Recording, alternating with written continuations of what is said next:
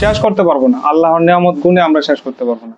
আল্লাহ যে এত পরিমাণে নিয়ামত আমাদেরকে দিয়ে রাখছে, হ্যাঁ, আমাদের সব এগুলো ফ্রিতে দিয়ে রাখছে, কিন্তু আমরা আল্লাহর কাজ করতে পারি না, আল্লাহকে মন থেকে ডাকতে পারি না, সময় পাই না আমাদের এই কর্মব্যস্ততার জীবনে। আমাদেরকে যে এত সুন্দরভাবে স্বয়ং সম্পূর্ণভাবে আল্লাহ বাঁচিয়ে রাখছে, আল্লাহর কাছে হাজার হাজার কোটি গুণ শুকরিয়া। আমরা শুকরিয়া করেও শেষ করতে পারবো না আল্লাহর এগুলো।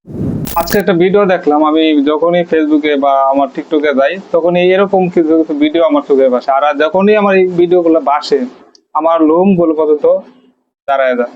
আল্লাহ তাদেরকে কিভাবে বাঁচিয়ে রাখছে, আল্লাহ কি না করতে পারে।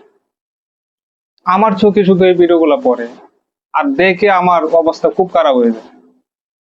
আল্লাহ, আমি মনে মনে ভাবি আল্লাহ আমাদেরকে কত সুন্দর করে, কত সুস্থতার সাথে আল্লাহ বাঁচায় রাখছে। আল্লাহর কাছে হাজার হাজার লক্ষ গুণ কোটি শুকরিয়া, শেষ করতে পারবো না।